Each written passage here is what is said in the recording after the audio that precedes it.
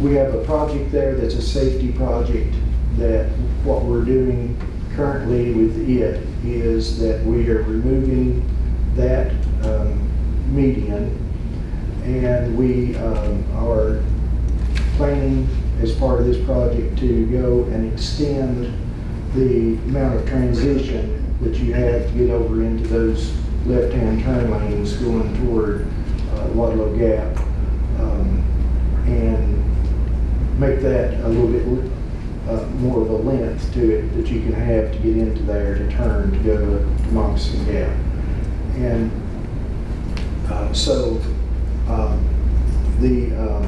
or Wadlow Gap, I'm sorry. So one of the things that just kind of making folks aware of today is that our construction staff is telling me that in that area where that island is, if you travel through there, there's cones and things in there with that, is that weather permitting this weekend, we're going to have to do some work to cone that off, barrel it off, and restrict traffic to one lane through north and south, and allow concrete to be poured and cured for the new design that is being put in place there. And we don't expect the traffic to be, or the lanes to be open back up until Tuesday to both full travel way both ways.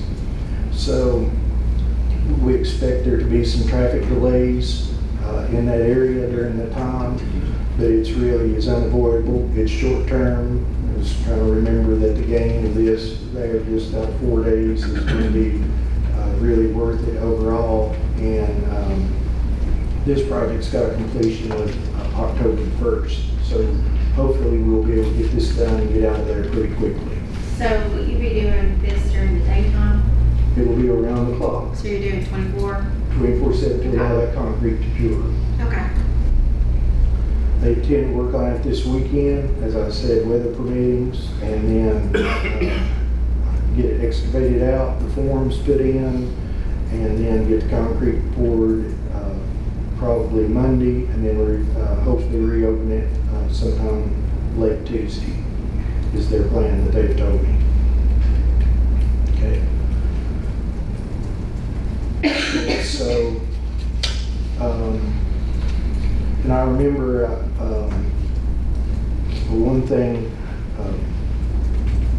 Mr. King, I don't believe I responded back to you yet on, but the sign that you sent me on 669, that is related to the Mineral Hill Bridge project, and our right-of-way people are trying to get in contact with the property owner there about easements, and they've been unsuccessful. And so the standard process is they put the sign out, making them aware, and then they take steps to whatever they need to, whether it be an abandonment or whatever there, or not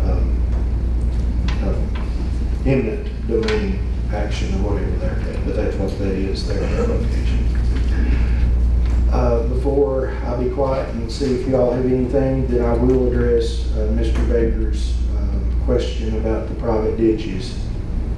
And the technical and legal answer for that is that we really don't allow that private work to be done like that because of liabilities and things that might occur. If we just, I would guess probably a bigger part of the people would probably do a good job and make it look real good, but there's always the chance that somebody may go in and dig it too deep and alter the drainage of some kind that would end up causing some kind of a legal lawsuit or something out of that. So that's why that the answer to that's kind of is it's no. We do have, like, if people are going to do work in front of their homes or whatever, we do have options for them, like if they want to make modifications to do a land use permit, but again, there's costs and bonds and things associated with that. So we know there's a lot of ditching that's out there, and pipes to be cleaned as well. They get stopped up, especially with a lot of the rain like we've had, but we try to address those as we can as well. Okay, so you all have any questions for me? Yeah. This road got called in a couple of weeks ago. Rural 10 and someone called it Copper Creek from 71 back to Manville Road. They had mowed it about 4 or 5 weeks ago, but the brush is in the road from where you turn off the 72 and turn down Copper Creek. Okay.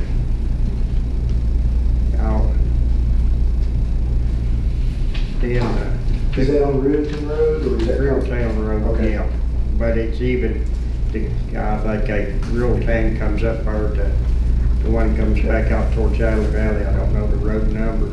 Okay. What they call it. I know it's real bad on the side of that hill where it's so steep. Okay. Like I said, I thank you for getting that fixed on 65 and on 72 the other day. They sure done a fine job. Then Manville through there, it's grown up pretty good too, places.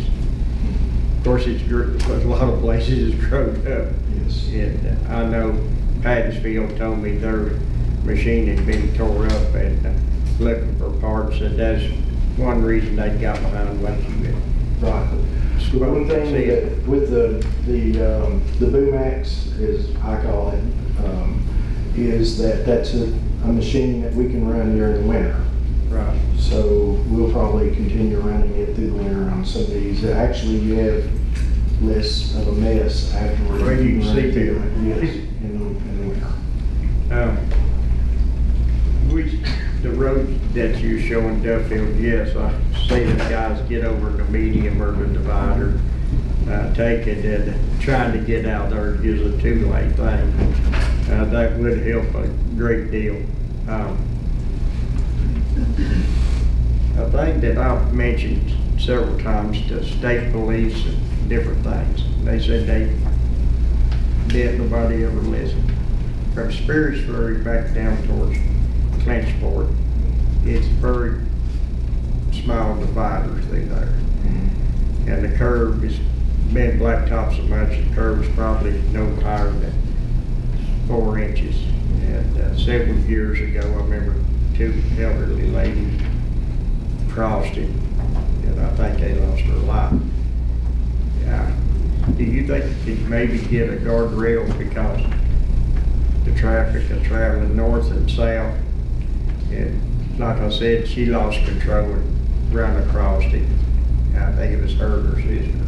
I used to see them on a daily basis, and these elderly ladies, they sure never was making the speed limit. So that would have to be like, as I mentioned, I call them HSIP, highway safety improvement type projects. I mean, we can ask our traffic engineering to look at it and see if it might be something qualified. But of course, just to go out there and put the guardrail in, we couldn't just do that. No. It would be rather involved too, because of the types of mounts that's there and a lot of the concrete medians and so forth that's there. It'd be a pretty expensive project. So, but we can ask them to take a look and see if that's a feasible type of project for submission at some point.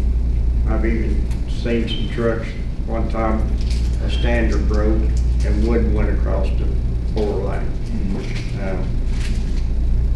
Another thing there, if we was talking about like Duffield or you was, when are they ever going to start on this project up here, the Waterloo Gap, the first stage of it to the state line, and tying it back into 71 and 72, or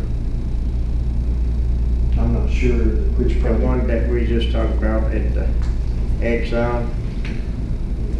You're talking about the Moccasin Gap bypass? Yeah. Is that what you're talking about? It's currently, it's kind of on, hold or, there's. Well, it's been on hold for Yeah. almost 25 years. There's no plans right now moving forward at the present time. Well, to me, that's one thing that definitely needs to be fixed in the county. Just because what you just said, the road's gonna be shut down. And if we had that, we'd have maybe a two-way in and two-way out. That's definitely something I've talked to Terry Kilgore about it several times over the last 10 years or so. And how I get all that at the price went up. Became a very expensive project. The last estimate, and it's been a few years since I've seen that, was like $85 to $90 million type project. So, very hefty project. I have a question. I got a call last night on Obi Creek. I know you're doing the preliminary work there now. Will any of that road be widened? They're telling me that there's no room to pass and they've got to back up in some places. Well, again, a real rustic project, we try to get any widening that we possibly can, but that's part of those types of projects is that we build them on existing right-of-ways. So anything that we can do that's widen them within that limit, we will, but it will be limited. The other thing is speed limit on that road. What's the secondary road speed limit? On a paved secondary roadway in Commonwealth of Virginia, if it does not have a speed limit and it's paved hard surface, it is statutory 55 unless otherwise. A rural rustic project, once completed, they are set at 35 on those, on rural rustics. You and I have talked or communicated with the Johnson Grass situation that you were shooting for 3 times on secondary road mowings. Is that still a possibility? I think it's still a possibility. We're going to see as we go along how the weather unfolds with cooling temperatures and things like that. We may not have to go full second or third mowing everywhere, but I anticipate there will be a number of routes that we will have to mow again. I've mentioned before, and you've heard it today, each time I've contacted you as a follow-up, it's always been done. I can't remember a single time that things were not addressed, and we do appreciate that. You're welcome, sir. We try to do our best. That's a lot of support with me, helping me to accomplish that. When we have these instances, sometimes folks don't get contacted as quickly as they have it. It's not that they're trying to be avoided or whatever. It's just the fact that we just have a lot going on and trying to get things accomplished, and it's kind of like sometimes dealing with forest fires. You can stomp out one here and then another one pops up here, and then meantime you're trying to plan work to do, and so it affects what we have planned, and so got a big juggling act to do, and I really credit goes to our area headquarters folks for accomplishing that. Thank you. Mr. Sutton, Go ahead. on Yuma Road, right before you get to the old Oak Glen Church, there's a place there on the left that Todd has looked at several times. They came and put up some reflectors there, but there've been several wrecks there because the edge of the road drops off about 4 foot straight down. They've talked about putting baskets in there and building the edge of the road out. Okay. They talked about a guardrail through there, but they can't find no guardrail post that's long enough. But they did put those 3 reflectors up by the side of the road, which helped.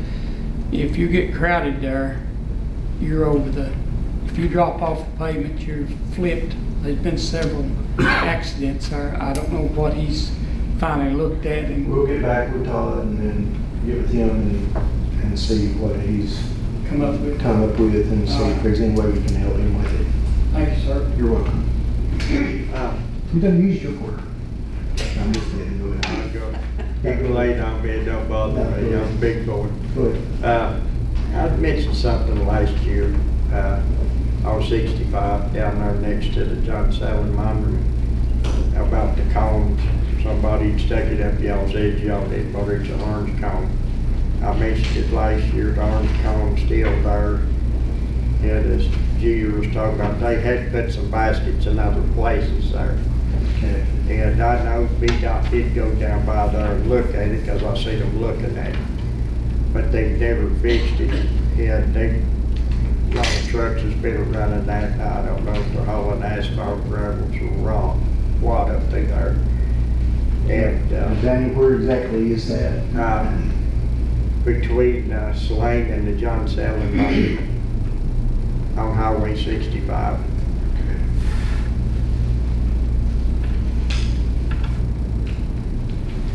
Okay. It's a couple places there, and then there's one right there next to Slane Church, that it's had a hole in the road there for, I know, well over a year.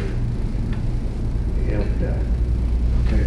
And Mr. Baker there said, when he talked about these ditches, I'll have to say, our ditch lines covers 50% of them is stopped up. I check them, I look at them, and it seems like nobody can touch them.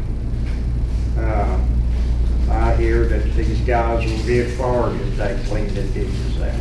No. Okay. No, what the situation is that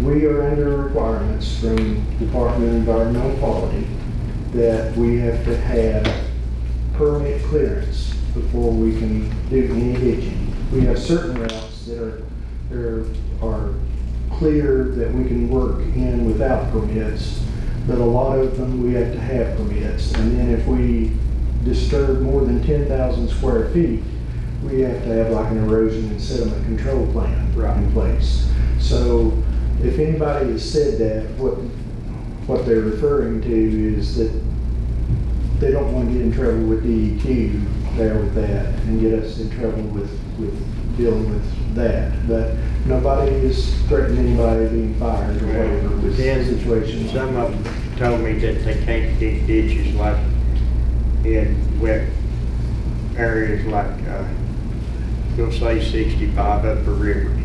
Said it's like certain times of the month that they can just dig like 3 or 4 months out of a year. There is, a lot of these have to be checked for, endangered species and things of that nature, and so we do have a lot of restrictions on us in that area. That. Yeah. But if you can get it approved or however, I will tell you 50% of all coverage in this county is stopped up. And on your way, you live in Wise County? No, I just work in Wise County. Okay. I was gonna say, I'd like you to stop, and I mentioned it here a few months ago, out there, Rocco Memorial Road, between Bastille Holler Road and Stanley Town. It's water hose been there ever since I've been big enough to remember, and I'm 66 years old. I will guarantee you, if you go around there, you'll find it, because it'll be halfway across the road. It's never been fixed in that many years. I've called it in, and I was out by there Saturday, and there's water laying in the road, 2 foot deep. So, if you can do something for that, like I said, it's never been fixed since I can remember. We'll take a look. You got something to say, Mr. Baker? I see you throw your hand out. Can I speak? I just wanted to ask Mr. Senator, Tennessee cleans out every one of their ditch lines and their culverts. And you're all saying the EPA is keeping you all from doing it. How can they do it? And Virginia not be able to do it? I don't understand. When I And was, you know, they're cutting the EPA, most of their employees out and This cutting is- people out. I'm referring to the Virginia Department of Environmental Quality. DEQ's to do. Well, don't they work for the EPA? Or am I No, wrong? they're an independent agency just like we are. Well, who's over that much? I don't know who they are, but I mean, They- they're holding us up, Mr. Sumner, nothing against you. Well- You all doing a wonderful job with. For the help they got. And the manpower that you've got, Yes, I'm not they saying are. a thing about that. But somebody needs to draw the line here somewhere. I don't know what you all want to do here. Thank you all for letting me speak. Sally, Bill, I'd asked about Fields, Myron Fields, the creek down through there about being cleaned out. Did y'all go by there and see that? Myron Field, you're talking about Yes. the flood issue? Yeah. And we've had several agencies there, NRCS and FEMA, and Scott Gerald with the Extension Office has looked at it. I know that you called me and I didn't get to meet y'all. Right. Didn't get it till later. Saturday, that's when I went by the water road again, reminded me. Is Gary McNew up there towards Stanley Town, where the creek goes under the road, going on up towards May. It's ain't about 5 foot deep where it's filled up with rock too above Myron Fields. I had talked to Myron, got at least 2 or 3 times since I talked to y'all. Yeah, he said he had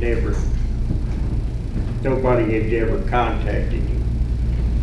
And so that's the reason I brought it up, and even on up the creek that I know definitely. Since, nobody's contacted him since the day we met with him on his place? that what you're The way saying? I take it, nobody had contacted him, or he said he hadn't heard anything back from nobody. Okay. That's the way I'm gonna have to word that.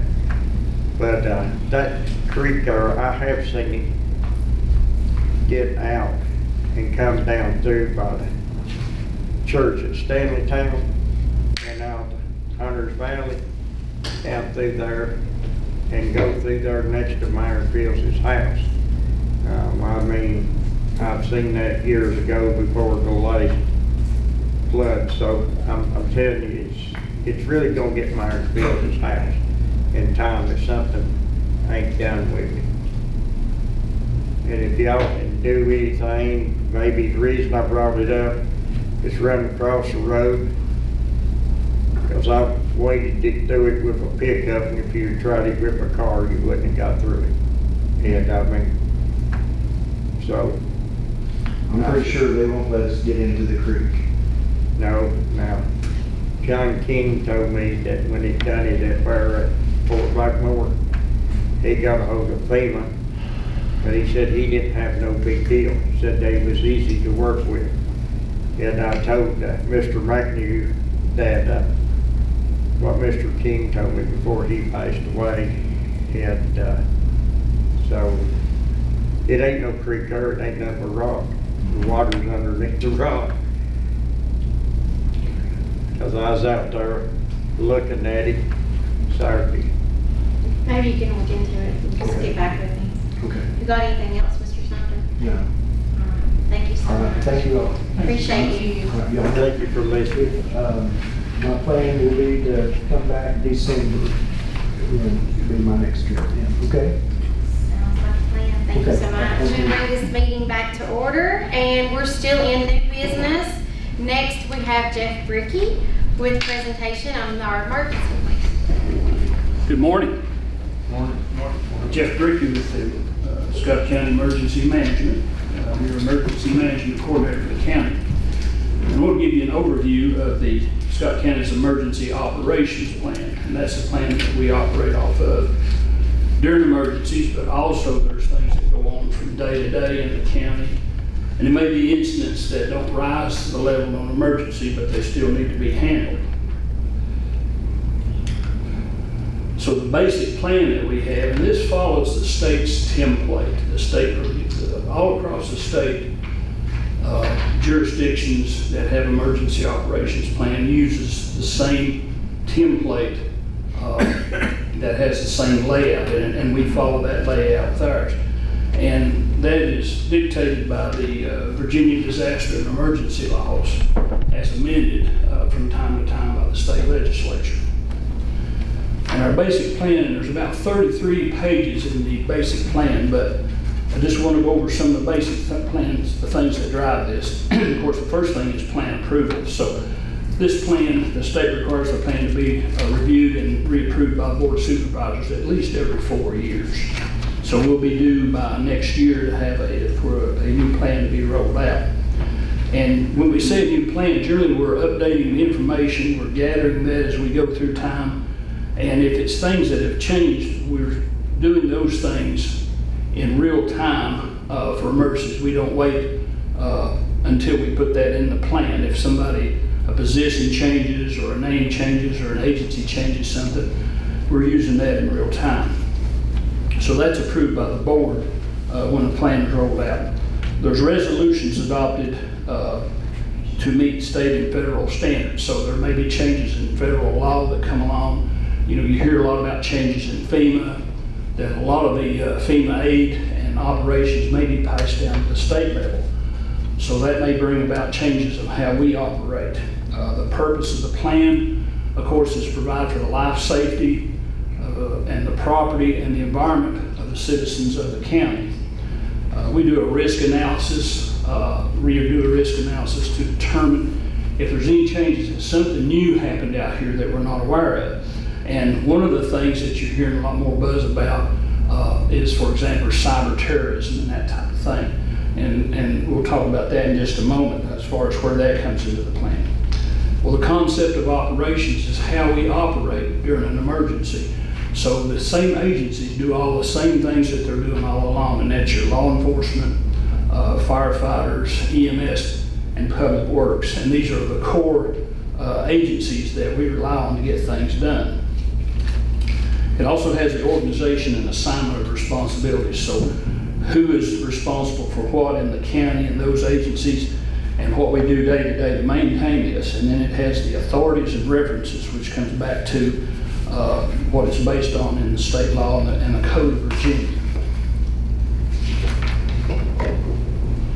So the basic part of the plan that has the emergency support functions and the ESFs, and these are all the agencies, what they do, and it outlines what each of their duties are. So the county doesn't have a highway department, but we depend on VDOT to maintain the roads. So ESF 1 goes into that part of it about how the transportation, how we interact with VDOT and what's done in emergencies. ESF 2 handles communications, how warnings are transmitted to the county, how they come through the 911 center, how emergencies are reported to the county, how that information is sent out to the emergency organizations in the county to get them to emergencies, not only in disasters, but also in day-to-day operation. ESF 3 is Public Works, and that's the Scott County's Public Works, and that's handling a whole lot of stuff out there. That's handling everything from assistance when we do sheltering, that's assistance when we're doing the things such as debris collection and management of waste and that type of thing that may be collected out of storms and this type of thing. ESF 4 is our firefighting, which is our 7 volunteer fire departments in the county and their roles in emergencies. ESF 5 goes into emergency management, which is the operation of the coordinator and the Board of Supervisors. And we're standing in the Emergency Operations Center right here. So back in the storage room back here, we have the cabinets that have equipment in them, the forms and all the stuff we work with, and our telephones that we set up. And we can roll those right out here and set those things up and set up our EOC Emergency Operations Center if we needed to. ESF 6 handles mass care, housing, and human resources, which falls under the Code of Virginia. The Department of Social Services is in charge of mass care and housing for people in disasters. Now, they are assisted by and work with the American Red Cross, but we don't have an American Red Cross chapter in the county. So we're dependent on, say, the Bristol chapter of the American Red Cross. And in major disasters, if we need a lot more sheltering supplies than we normally have, which we keep on hand about 35 cots, and the small mattresses, blankets, and pillows. And we have a trailer that we have those stored in. And when we go back to our public works, they will move it to whatever shelter site that we have to select. ESF 7 gets into resource support, which falls into the purchasing department, which buys the stuff that we may need and place orders for and procures those things. ESF 8 is public health and medical services, which includes the health department and also the ambulance services and also our relationships with the hospitals in the region that may receive patients from the county. ESF 9 goes into search and rescue, not only our resources in the county, but maybe other teams that have to be brought in. And also in that relationship, if you have an earthquake or some situation that requires the mobilization of federal teams that come in from out of state or from maybe other regions in the state. For example, these may be teams that handle collapse rescue, earthquake search and rescue. These are teams, for example, in the United States that are also sent overseas at times when we assist other countries, but they're available here to help us. ESF 10 covers oil and hazardous materials. Any discharge, and again, I also serve as the hazardous materials coordinator for the county. So any of these reports of that, I go out and investigate them and document what happens and then determine what resources we need to do to take care of that. ESF 11 covers agricultural and natural resources, which we work with Scott Gerald with the Agriculture Office and those agencies which do damage assessment to determine what's happened in our farmlands and crops and that type of thing. ESF 12, energy, which we have several electrical providers in the county, so when we have major outages, we're talking to them to determine some type of timeline where they have restoration coming and how we can assist them. Are there priorities for roads that may need to be open so that they can get their trucks into these areas? So we normally talk to them about that, and we work with VDOT to coordinate maybe some of the roads that need priority to be opened. ESF 13 is public safety and security, which is law enforcement, which the sheriff oversees that, and that covers several areas in that. And for an example of that, if you're sheltering and you have people in the shelter, they normally want a law enforcement official there because we may have to screen people coming into a shelter because there's legal aspects. Maybe people have protective orders against people. You're also screening people to see if there's no pedophiles that's coming into shelters and hanging out. So, and that's happening in other places.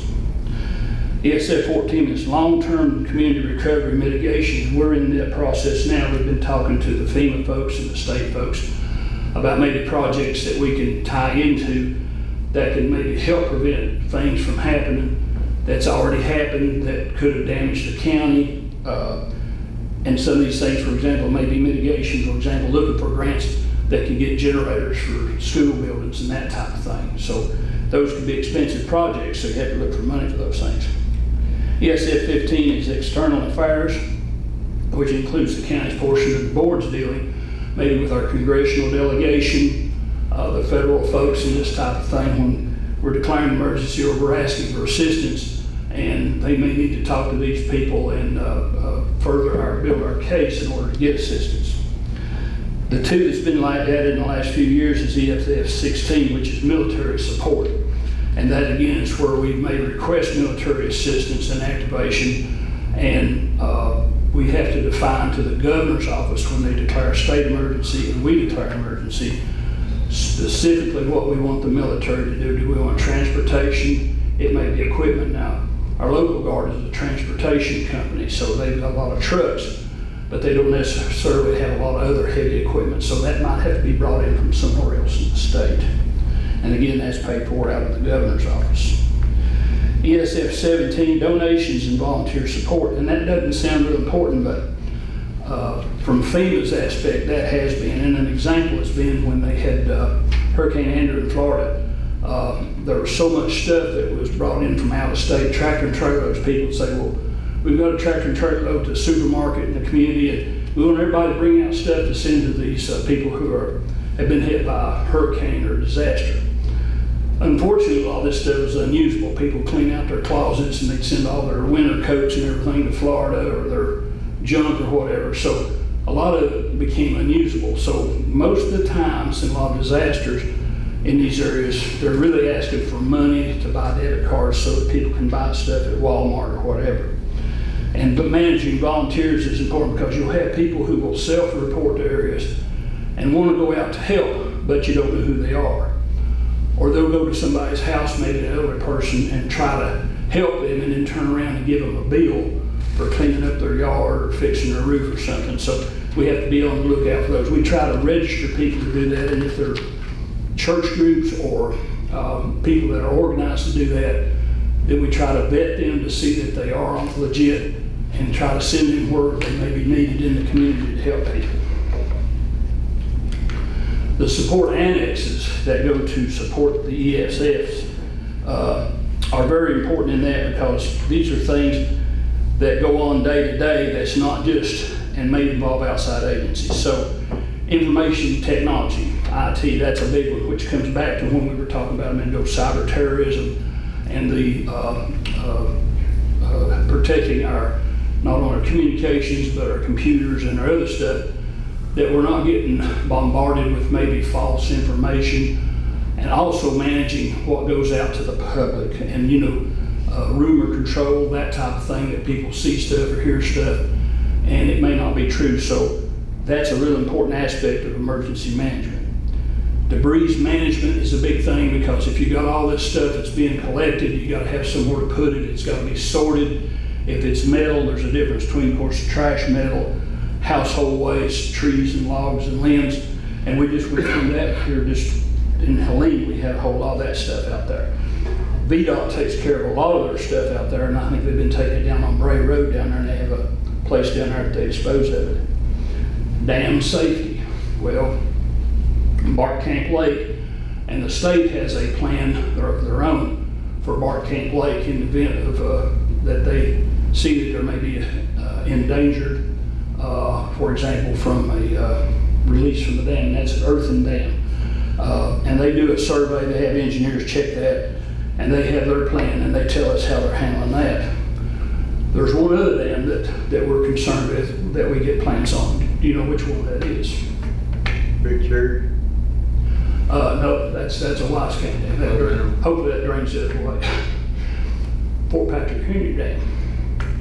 And you remember when they were doing all this work over here on Fort Patrick Henry? And in TDA's plan, and I have a copy of it back, they brought us a copy of the plan every year. And if that thing had catastrophically failed, it would have probably come to Moccasin Gap down here and backed up into Hilton's, because all the debris and everything else would not have been able to get out down the South Fork of the Holston River. And if the river had been up a whole lot, it would back up into Weber City in this area.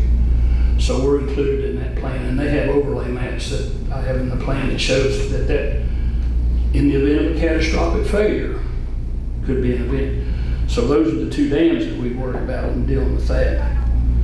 The volunteer and donations management, you can have things happen, and maybe people don't need assistance, but we get offers from a lot of stuff, so we have to look at that. We had a lot of water donated during the Helene that came in.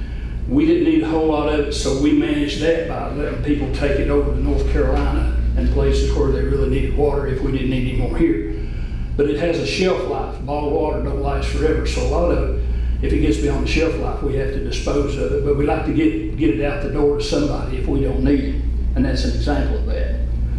Logistics management goes back to purchasing, to getting stuff and scheduling it in that we have to buy, and keeping track of how we're going to pay for stuff, because if we're going to ask for money back from FEMA, we have to have documents and records for it, and then we have to go through the purchasing process depending on what we have to buy at a particular time. Public affairs goes back to the legislature and day-to-day operations. So this time of year, you'll start seeing a push from the Virginia Department of Emergency Management and the newspapers about Fire Prevention Week coming up in October, home fire safety for people who need to be aware of it, advisories of what people need to do at their homes to be prepared for a winter storm or disasters or anything else, that they have clothing available, that maybe if they need to take to shelter, that they have their medicines in one place, that they have maybe firewood laid in and this type of thing. Pet sheltering comes back to the disaster part of this, which is a federal requirement that you take care of pets that come to shelters, and we've had some challenges on that. So we normally work with the dog wardens that they will pick up animals that people bring them to the shelter, unless they're a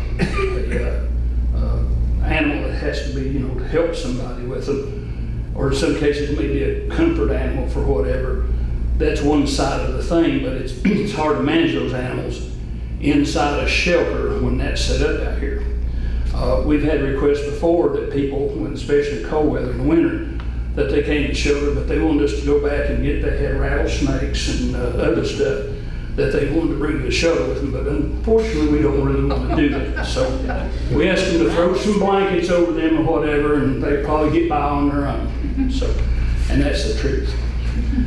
So catastrophic incidents are things that are the really bad things that happen out there. So what's counting on our risk analysis? What can that be? Flooding. That's always a problem. There's not much we can do with it. There's roads that always get closed. We know where they are. We try to look at that from a standpoint of any mitigation or anything else. There's something you just really can't control. Oil and hazardous materials response plan. This Highway 23 through here, we've done commodity studies. What's going up and down the road? What's on the railroads out here? So, and what are we prepared to deal with? So one of the things that we went back in the county out of emergency management money, and we've got about 600 gallons of firefighting foam that we have banked between Duffield and Gate City and Weber City, but it's also available anywhere that we need it in the county. And the reason we banked that up, because we determined by our commodity studies that there are tractor and trailers constantly going through Scott County hauling gasoline and diesel fuel, and they're leaving Knoxville and they're usually going to Whitesburg, Kentucky. And then if they're going south, they're usually empty when they're hauling that way. In addition to the railroad yard down in Yuma, which has all the stuff that's coming from Eastern and Industries in Kingsport. So we have to be aware that maybe we could have a major fire at any time. Last fall, we used most of our foam on that big tire fire down in Weber City because we had to get that thing put out, and the water just wasn't doing it. So we ended up having to buy that, and we ended up buying over $32,000 worth of foam to replace the foam that we used. So we have our foam bank back in good shape. The number one thing normally going through besides gasoline through here, the second thing was normally at that time garbage that's being hauled through the county, which could have anything in it, which is going to the landfill down Hawkins County. The third thing was wood chips. Now that's been reduced a whole lot, but there's still a lot of the wood products going through. So those are the things that, as far as hazardous materials, resource shortages involve anything that becomes in short supply that may impact the public. So, and that before has been, for example, that maybe food stocks get low for some reason. People have trouble for feeding their cattle because they have a bad summer or a bad hay season. We have a drought and there's not enough grass being grown.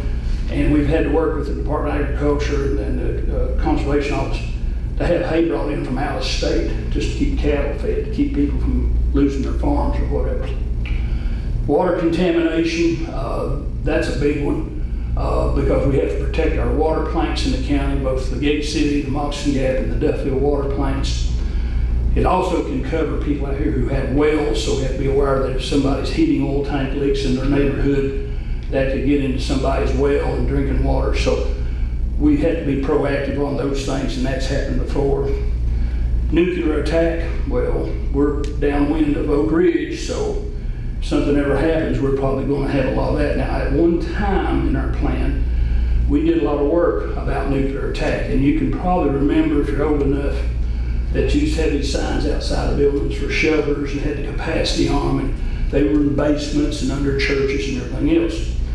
And we also maintained a stock of radiological monitoring equipment and dosimeters that you could measure your dosage, your exposure, and Geiger counters and this type of thing. And the state maintained all this stuff. But back in the 80s, after the SALT limitation talks, strategic arm limitation talks, the government stepped back away from these things. And it was sort of a, I guess, mutually assured destruction thing between the United States and our adversaries, that we would not generally help protect the public, and that's where they got to. So they removed all that equipment and took that away, so we don't have that anymore. That don't mean, though, that we need to be aware of that. Now, if we do have any nuclear products or radioactive stuff, we can call our regional hazardous materials coordinator, Scotty Sproles, who lives just up in Mendota, and he can come in and he has all the latest equipment to do that with. Aircraft accidents, depending on the size of the aircraft, it can depend on that you either have survivors, and those can be hard things to manage because it may be spread over a big area. That generally generates a lot of concern, and you may have a lot of stuff out there that you got to protect the area and have to have a heavy presence of law enforcement to keep people out of these areas. And of course, that leads to having the investigation done. Severe weather can happen anytime, and that's, as we've experienced all the time, is thunderstorms, windstorms, tornadoes, the flooding, anything else that can happen that comes under the severe weather category. And finally, storm sheltering. So again, this comes back to where we can send people to or open a shelter if they need it, if they have a power outage or have some other need. And a lot of folks that normally need that assistance may be people that are dependent on home oxygen and don't have a place to go or a way to generate their oxygen because it has to be plugged in somewhere. A lot of people have gotten away from tanks that they used to have the oxygen tanks and breathe out of, and they've gone to the electric units. But during Helene, I don't think that we had really any requests. Most people went somewhere else or could plug those in, and a lot of them are running on batteries, have battery backups on them. So we didn't have any problems with those. So that's sort of a rundown of where the plan. So we're in this stage now of redoing this plan, getting it up to speed, and then bringing it back next year to get the board approval on it. So has anybody got any questions? I have one, Jeff. Yes, sir. Way back, we used to have a mock of this every year, or every 2 years, or however. Do we still have those? We do it 3 ways. They normally do that. We have tabletops, and we'll do a tabletop here in October, I think the 23rd, that we'll be doing a tabletop for setting up the OC. You can have field exercises that we do, and then major emergencies.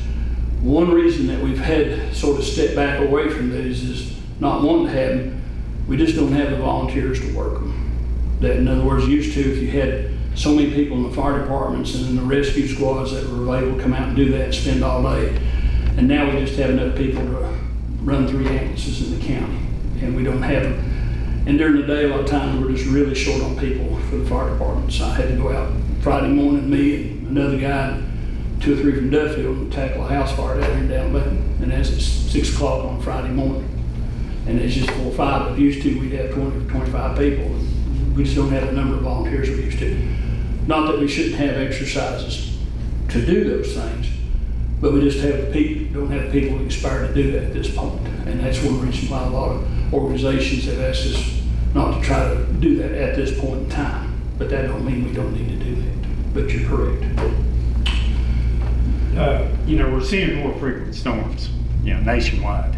Yes. And, we got it last November, was it, Helene? Right. And we saw several people came in here not knowing where they could go or what was available.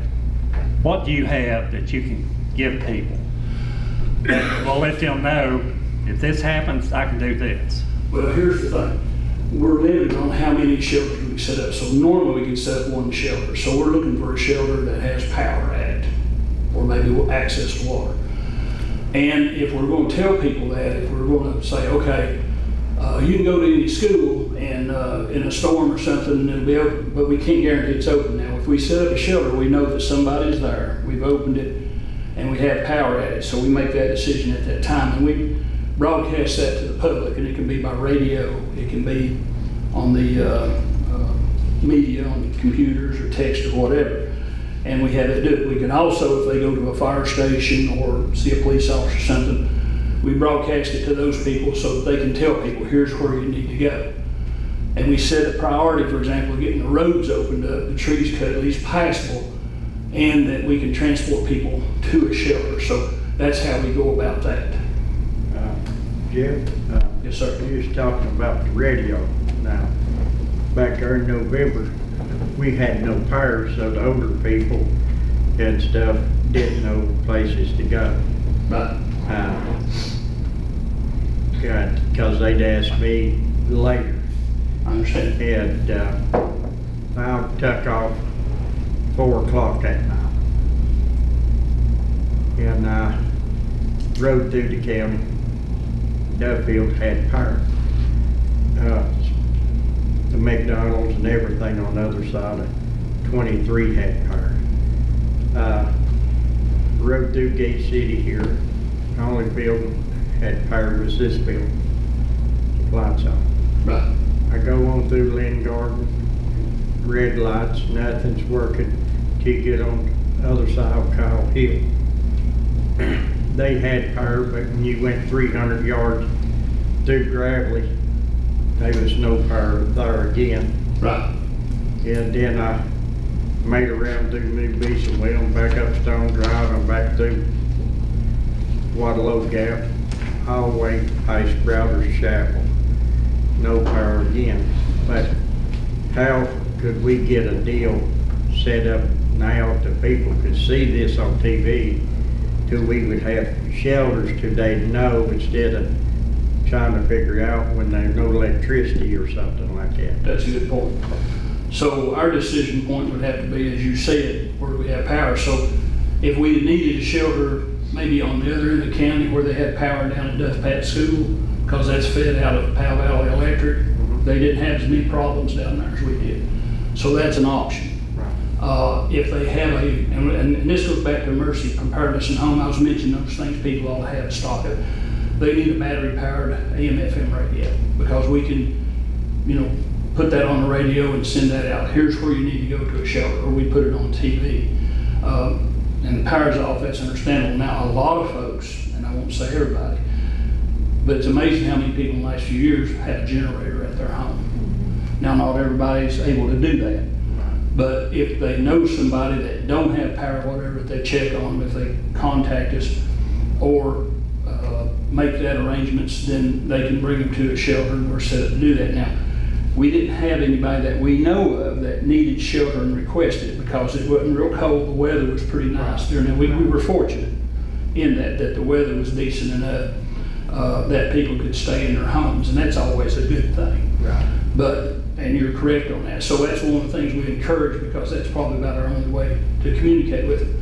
If we receive calls that there's people we need to check on, like during the blizzard of '93 and stuff, the public works guys, which they can't be hauling garbage because they can't get the landfill to do that, they would take the public works trucks and they would deliver food or go check on people that we'd get calls and say, well, we hadn't heard from so-and-so in a few days and their phone line's down or whatever, so they need to be checked on. The other limitation, going back to communications, is that at some point during these storms, the cell phone towers get loaded up, so many people trying to talk, and I had that trouble. We was trying to send emails, I was trying to contact the state, and I just get cut off, or every time I put in a message, it'd just drop out or it'd go off, and it's really a challenge to communicate. And that's probably the worst case scenario that you can have, is what we had in Helene. That's just about as bad as it gets for everybody. And usually they're not that bad, so hopefully they won't again. But we try to work toward improving things to get around those things. And your point's well taken about that, notifying people, and I appreciate that. And we'll work on that. And like I say, trying to encourage people to be more self-sufficient, or at least have radios, and ask questions about what they need to do. Right. Okay. Where are the shelters? All of us county schools are considered shelters. But we don't have any county schools that have backup power. Now, the Gate City Middle School, and Gate City is fed in two different directions. It comes from Hill Station and it comes from Kingsport this way. So if we lose one or the other of the circuits, we still have power. During Helene, we lost both those circuits, but this building still had power. So the buildings that have backup power in the county system is the 911 building up here has backup power. We have backup power on our radio transmitter sites on Clinch Mountain, Powell Mountain, the High Knob, and at the landfill sites. So these have generators. So, and that's the thing that really works our public works people, because they have to take off and make sure that those things are fueled and make sure they're running and everything else. This building and the core area in this building that is the Emergency Operations Center and some of the offices has a backup power generator out back. The sheriff's office, which is the old EOC and the old county offices, it has backup power on it. And then I think there's a generator that runs portions of the Pioneer Center, I think, down there too, which could possibly be used as a shelter or whatever after the fact. But again, having the people and the supplies to set that up is another challenge. Jeff, just want to make sure you understand that because all the schools are designated as possible shelters, that doesn't mean people should assume to go to a school if they need. They need to call 911 and ask where our shelter is if we open one up. Right. We're generally asking the people to call 911 or the business number 911, and they can give them their name and maybe their telephone number, and you know, if they need shelter, then they can direct them to a shelter that's open. They may be also, if they're not loaded up too bad, that they can record some basic information. Is your house livable? Is your house livable? Do you need to go to a shelter? Do you know of anybody else that needs assistance? Or is there some problem that you're having that you need help with that we need to send somebody to check on you? And that's worked out pretty well for us so far. Now there's going to be areas out here, and I know that through Monday morning, actually Monday afternoon, I think on the road up on the High Knob out to the lake out there, White Canyon area. And I think Dungan Fire Department stayed up there Sunday and through Monday, just cutting trees out of the road because VDOT was overwhelmed. And they had their priorities for the main roads and secondary roads, but we had a lot of volunteer firefighters that were going out and cutting out people's driveways, the elderly people that couldn't get out and didn't have a chainsaw, so they were having to go out and work on private property or cut trees off of houses or doing things, or putting, we call them FEMA tarps, which are the blue plastic tarps on people's roofs to keep them from leaking in their houses. So there's a whole lot goes on that you don't hear about or you don't see until after you talk to a lot of people and find out what's going on. You mentioned generator grants. Have you had any success with that? Or? Not at this point. No, they've not rolled out anything, have they, Josh? We inquired about that again in the last week. Yeah, definitely talking about being on the lookout for any funding that would get some generators or something. Some of these programs have been in starts and stops. I talked to Jessica Sweeney in Wise County, and I know, you know, when they did their school building program, one of the things they did was to, from what I understand, that they actually designed the school in mind of being a shelter, which it had storage areas along the in the cafeteria area and the wall door, and they could put stuff in there and lock it up. And those portions of the building have emergency generators on, so they're built into the schools when they were built. And it's pretty easy to do that when they're building a building, but you go trying to rewire something after the fact, it's more difficult. So, but it's not that we're not looking. We're hoping to do something with that. Winter Wisco did some work with utilities and funding something, or getting funded for large generators, Right. which I think all that's happening. We talked to them, what was it, back in December? You remember the meeting we went to? And we brought that up with them about that, and they're aware of that too. But we did talk about that. Bill and I went to a meeting with them, yes. We can find out, we'll try to do that. You mentioned you have 32 cots, is that adequate? That's about what we can haul in our trailers. We have 2 CERT trailers. The CERT trailers are Community Emergency Response Team trailers. So at one time, and that was federal money that paid for those. And the community response teams were, this is something that came out of California, and FEMA really touted because they wanted church groups or civic groups to be involved in emergency response, and after a storm or earthquake or something, help the community. So we got two of the trailers and we bought a lot of equipment to go with them. And at one time, the Gate City, the Methodist Church up here had a group, and it was a chainsaw team that went out and helped people cut trees and had equipment in it. And then we had Three Bells Methodist Church in Duffield was one of the teams, and I think one of the churches in Nicholsville. But again, I guess it's like a lot of other things that happened. People sort of lost interest and decided that they weren't working anymore. So we've had to pull those in. If I can find a group or a church group or an activity group that'd like to have one of those, well, we'd be happy to set them up and get them trained in doing that. So we've got cots and bedding and stuff in those trailers that we can take out. So you may end up that if you've got enough to get started on a shelter and you need more than that set up, then we would be working with the Red Cross to bring them in from outside the county, to bring up more resources. And that number, if you had 35 or 40 people, it might fluctuate. You might get so many the first day, but a lot of people may leave and go home, if their conditions don't improve.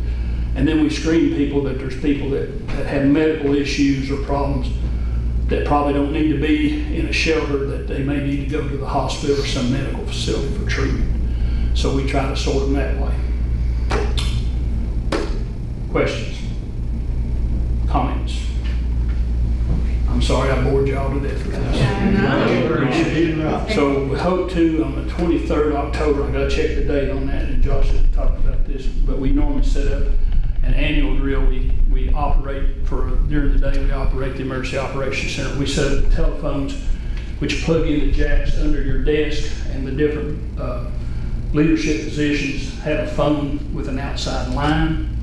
The ham radio people come in and they set up their cabinet back here and they set up their ham radio equipment where they can talk on the radio and communicate. We test our radios, we go over communications equipment.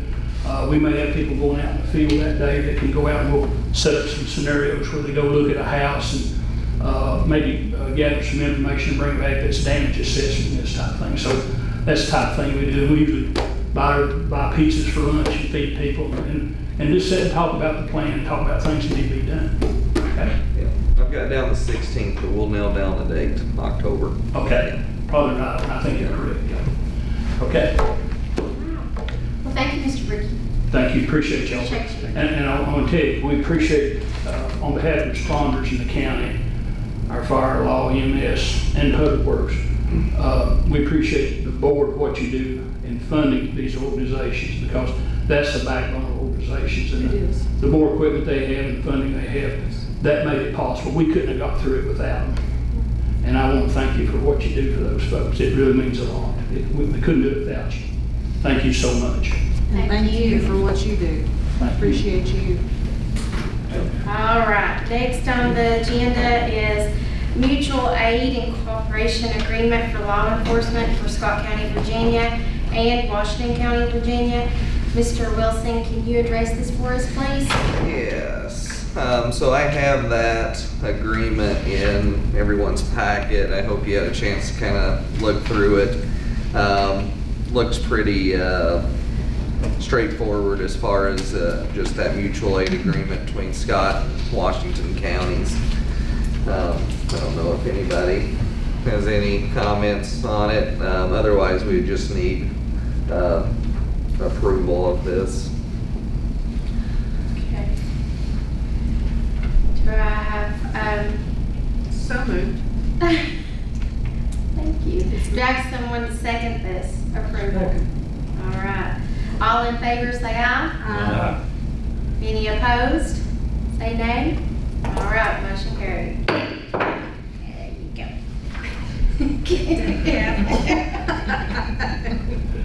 All right. Next on the agenda is Black Line Resolution. Mr. Wilson, we'll let you talk about that again for us, please. Right. The Appalachian Citizens Law Center reached out to the county requesting this letter be sent to federal lawmakers to support and vote for legislation to assist disabled minors, including legislation to increase monthly black lung benefit rates.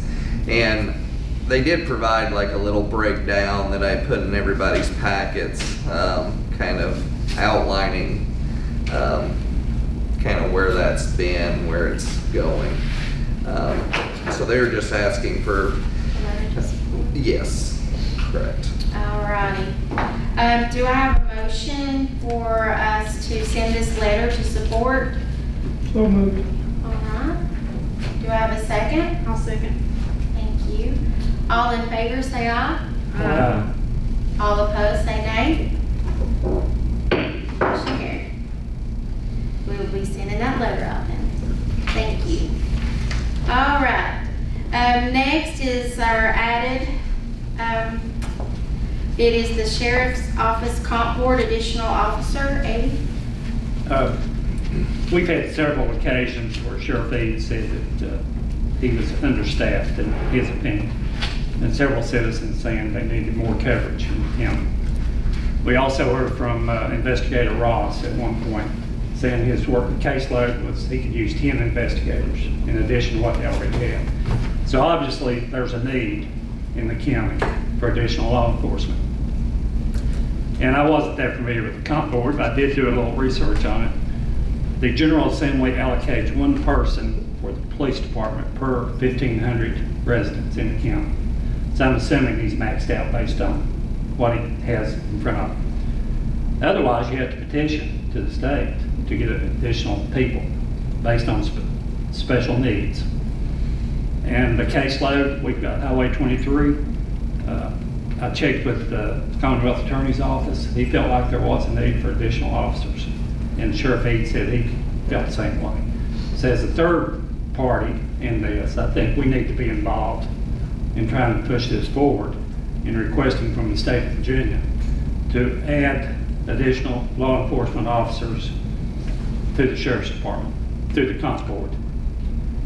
We do have an option ourselves, it's to fund it at the local, my understanding is we can do that. But the comp board, I think, is the best approach. Is this something that we should talk with Sheriff Eads about? Sure, yeah, he would be the one that would initiate it, I think. He would have to be the one to ask, correct? And I don't know if they've done And that. to initiate the process. Maybe you want to table it to Table next it to month, next and then month? I we'll think get yes. Sheriff in here and kind of, maybe he can give a presentation or something on this. Does the county pay for one now? Yes. That's what I One thought, we officer. had one under comp Mm-hmm. already.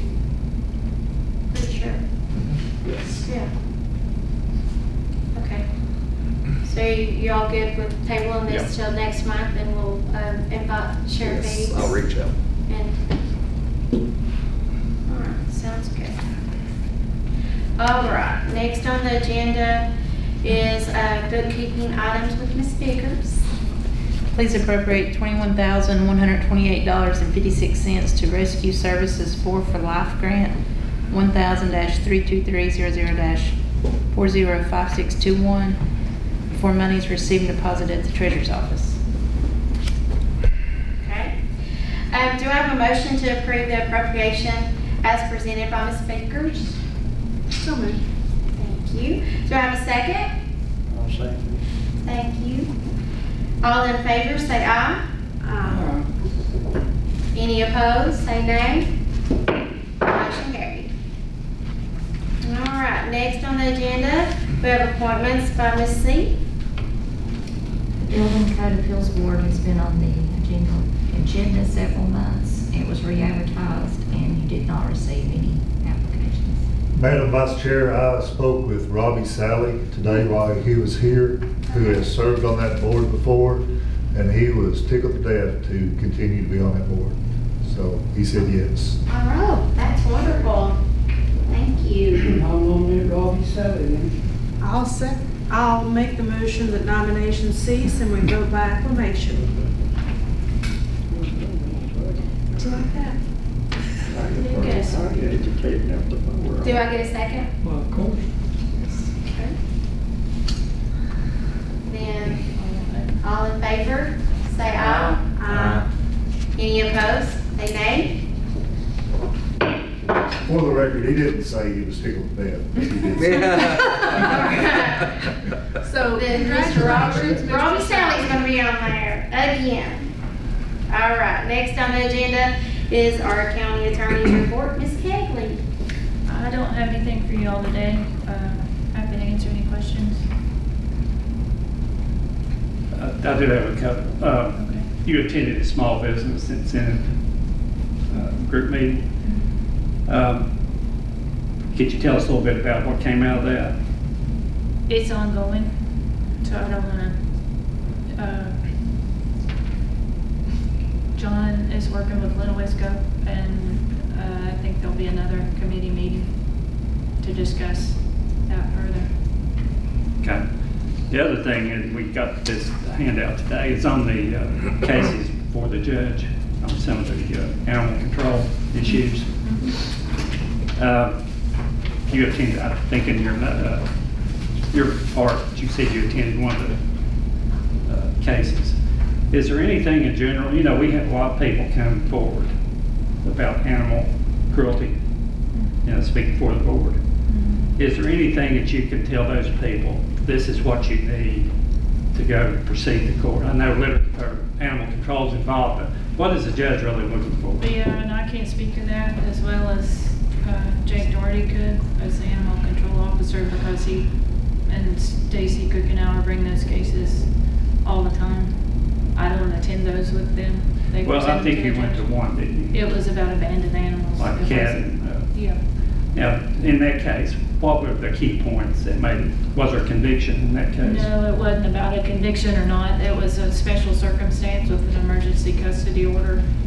She was taken from her home, the owner of these animals, and the animals needed to be taken care of in the meantime. That's all right. So she came back and reclaimed those animals, and it was a good outcome.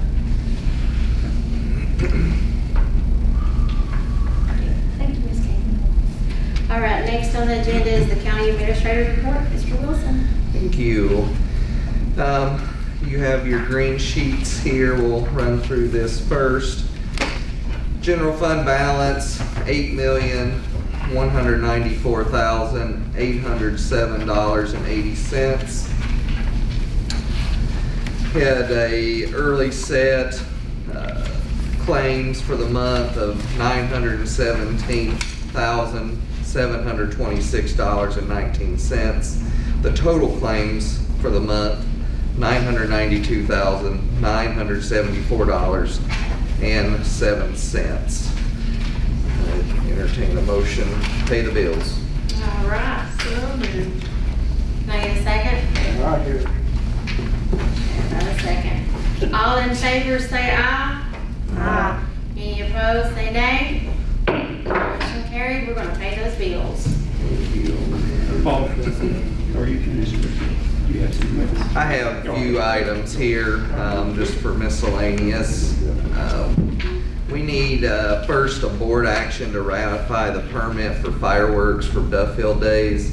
All the appropriate paperwork was received and it was approved at the last EDA board meeting. But the board needs to ratify that permit.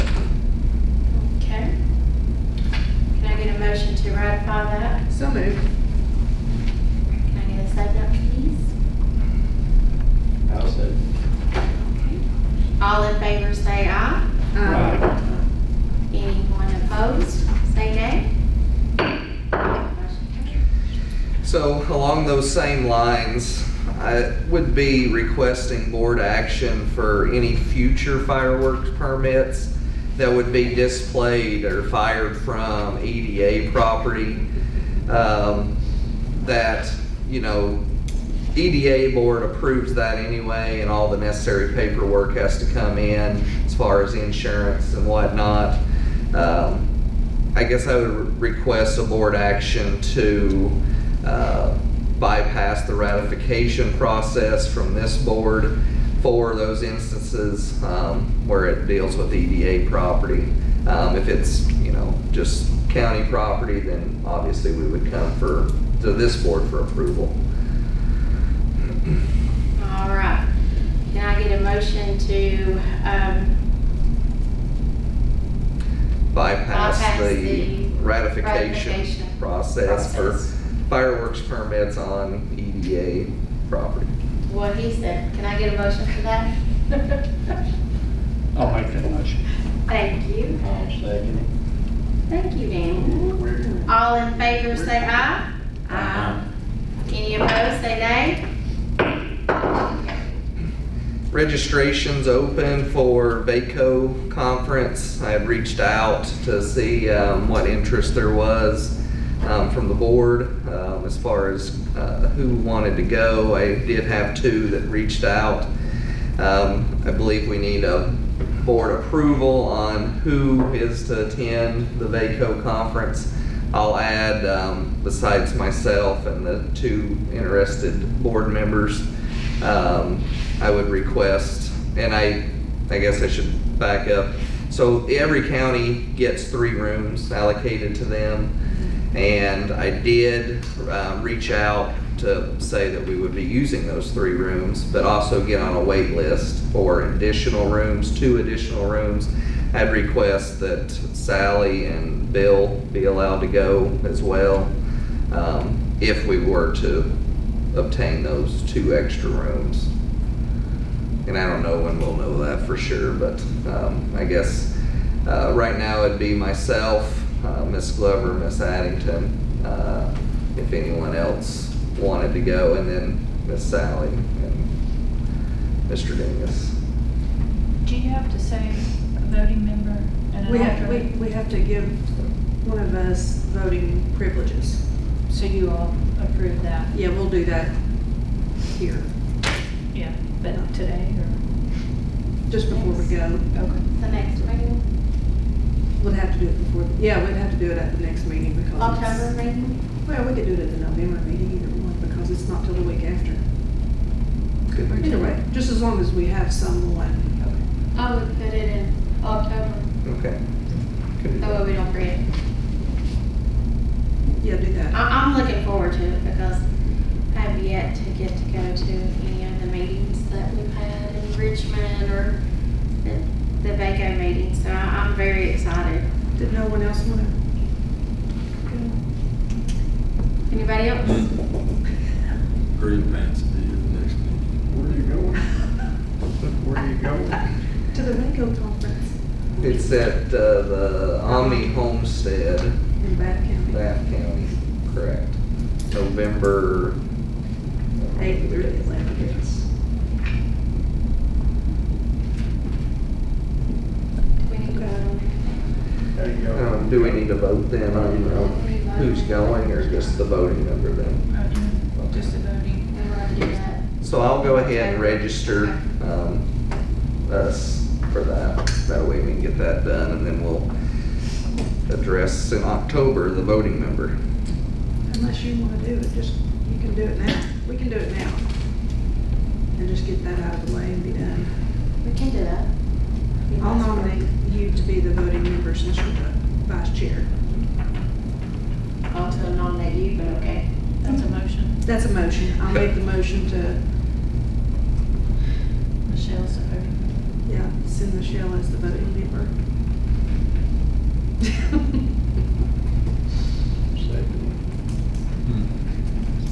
Do I have a second? I'll second. All right, all in favor say aye. Aye. Or change now. Motion carried. I am the voting member. You are VACO. All right. Okay, a few other things here, if you'll bear with me. There's going to be some opportunities for grants, kind of dealing with the recent storm damage. We'll gather some more information on them. The first one I wanted to highlight was the Farm Recovery Block Grant, be opening early September. Don't have an exact date. Could be beneficial to Scott County farmers with the damage from the recent storms. I will say Scott Gerald's they've kind of looked towards Extension to take lead on this, so he'll be the one. He's trained in filling out those applications and stuff, so if any farmer wants more information, always feel free to reach out here, but also reach out to the Extension office, and he'll have all that info for them. and be able to help them apply. Several other things, and I actually have a meeting tomorrow to kind of dive deeper into these. There's a CDBG disaster recovery grant with 4 programs: housing recovery, infrastructure recovery, economic revitalization, and public services recovery. It's going to be a Resilient Virginia revolving fund. There's several different categories for that, and that'll be, I think most of all of these that I'm mentioning will be handled through the planning district. But there's also the VDAF has one, EAADR and HMGP, and then there'll be several loan options, but more information to come. If anybody, these are not just for farmers, but anybody that was maybe displaced as a result of the storm, you can always reach out to this office. Hopefully have more information tomorrow on that. Have you heard from, is it Mr. Begley in Fort Blackmore? I was gonna ask the same thing. Because he really was displaced. He actually ended up having to buy another. Right. Cause I was gonna ask her something about it for Yeah. the town. I know. That slipped my mind. We had met kind of when we first had this initial call with Mr. Williams, Mr. Dingus, Okay. and Mr. Bricky, kind of identifying who we knew that would benefit. Okay. And I believe he was probably on that list of 5 or 6 that we were kind of looking at. Let's just make sure that stays, make sure his name's on it. Right. Great, please. I appreciate it. But, yeah. Yeah. Do you know anything, Okay. you know anything that's happened about that there for Mr. Begley? Bud Begley? Well, that's what we're. That's what- Yeah, I know talking that's about. what we're talking No, about. other than, Nothing else. we've worked with him about getting into what he's living in now. Right. And, as far as building code and all that. But no, we're still working through this grant process for, Because I know several months ago, I know he had to move, well, I knew he had to move. Yeah, no, I've spoken with his daughter a couple of times, and the FEMA has shifted a lot of stuff to the state. It's been a pretty atypical year as far as the federal government goes, so, but hopefully some of these grants that Mr. Wilson's talking about will help. Hopefully, yeah, that's what I'm saying. Mr. Begley. Hopefully we can I just want to make sure he's still on the list, to make sure we can talk. Yeah, I mean, that guy Yes. lost it all. He did. I mean, it's just honest God's truth. Okay. Yeah, we'll definitely be addressing that and hopefully have some resources for him. Thank you. Did apply for the PPE grant through the fire programs. Worked with all 7 of the fire departments in the county. I wanted to thank thank them for getting me all the information and going through all their inventory and their help in submitting this. So that's been submitted. We'll see. I don't know what the timeline is as far as hearing back from that, but fingers crossed that we'll see some funding to help them out with some of their expired gear. Say a little prayer. Yes, that would be huge. That would be wonderful. I'm sure he could Absolutely use it. wonderful. Yeah, there's a huge need in the county for anything emergency services related, but yes, kind of an eye-opening exercise to go through the inventory to find all the expired gear that these fire departments have. So, and I believe that's all I had. All right. I don't know if you have this off the top of your head, but I wasn't sure where it came in the budget. The balance on the Scott Services account, that's the inmate restitution for participating in work release program. Okay. They pay, I think, $250 a month into that fund. I just wondered what the balance was. Amy, do you happen to have it? Well, you don't need to do it today, but in the future, if you could that for us. I think they moved it to the budget, didn't Right. they? All of it The did. balance. They That pay- fund is in your That- general fund now. Would It they is, pay it okay. directly to But the there could have still been treasurer's some office, right? collected since then, but I'd have to check that It's- out. So it gets automatically transferred to the general. I don't know what they're doing since they paid. Yeah, I The think budget. it directly goes to the general fund now, doesn't it? Does anyone know how many people's in that program now? Is that how that works now? Do they pay it? I don't have a count right now. Supposed to? I'm not sure. We It can wasn't talk to South Services. I and can't ask remember them. how. No, they were gonna make a weekly payment. They were gonna bring them up here, that's what it was. Okay.